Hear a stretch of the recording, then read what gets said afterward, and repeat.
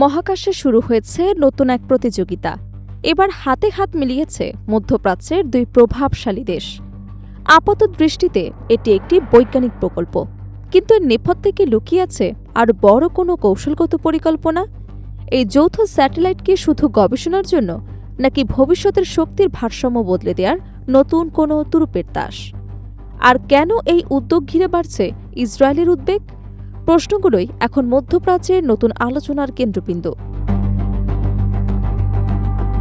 প্রথমবারের মতো যৌথভাবে একটি রিমোট সেন্সিং স্যাটেলাইট নির্মাণ এবং মহাকাশ মিশন পরিচালনার উদ্যোগ নিয়েছে সৌদি আরব ও মিশর।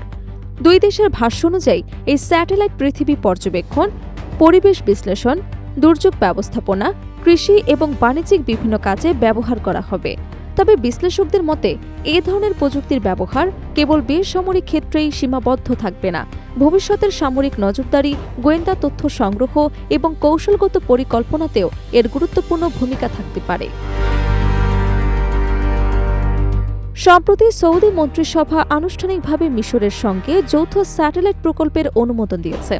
এটি সৌদি যুবরাজ মোহাম্মদ বিন সালমানের ভিশন 2030-এর অংশ হিসেবেও বিবেচিত হচ্ছে।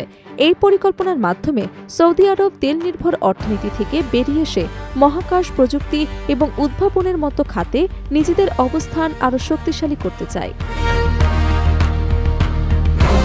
অন্যদিকে দীর্ঘদিনের অর্থনৈতিক সংকটে থাকা মিশর সাম্প্রতিক বছরগুলোতে সৌদি আরব এবং উপসাগরীয় দেশগুলোর বড় অঙ্কের বিনিয়োগ এবং আর্থিক সহায়তার উপর নির্ভরশীল হয়ে উঠেছে।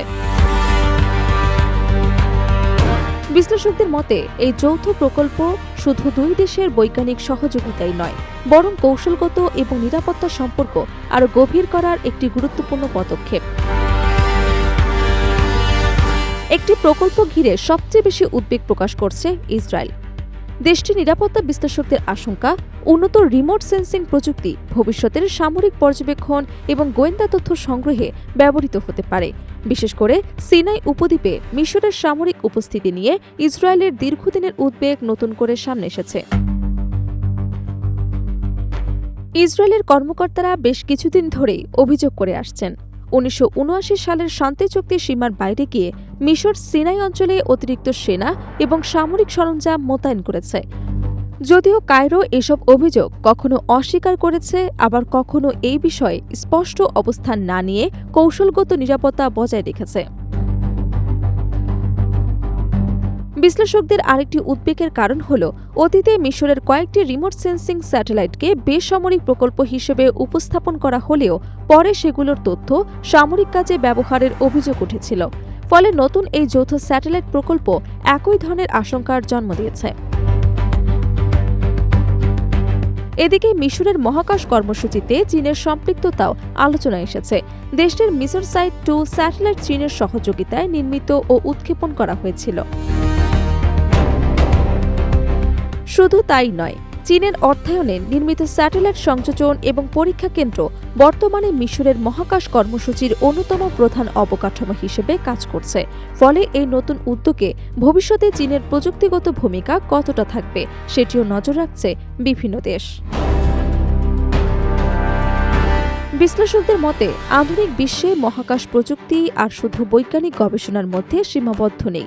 এটি এখন অর্থনীতি, কূটনীতি, সামরিক সক্ষমতা এবং জাতীয় নিরাপত্তার অন্যতম গুরুত্বপূর্ণ উপাদান। তাই সৌদি আরব এবং মিশরের এই যৌথ স্যাটেলাইট প্রকল্পকে ঘিরে মধ্যপ্রাচ্যে নতুন কৌশলগত সমীকরণ তৈরি হওয়ার সম্ভাবনাও উড়িয়ে দেওয়া যাচ্ছে না। ফলে আপাত দৃষ্টিতে এটি একটি বৈজ্ঞানিক সহযোগিতার উদ্যোগ হলেও এর প্রভাব মহাকাশের গণ্ডি ছাড়িয়ে মধ্যপ্রাচ্যের ভূ রাজনীতি, আঞ্চলিক নিরাপত্তা এবং শক্তির ভারসাম্যের ওপরও প্রভাব পড়তে পারে। আর সেই কারণেই রিয়াদ এবং কায়রোর এই নতুন মহাকাশ জোট এখন শুধু বিজ্ঞান নয়, বরং আন্তর্জাতিক রাজনীতিরও অন্যতম আলোচিত ইস্যুতে পরিণত হয়েছে।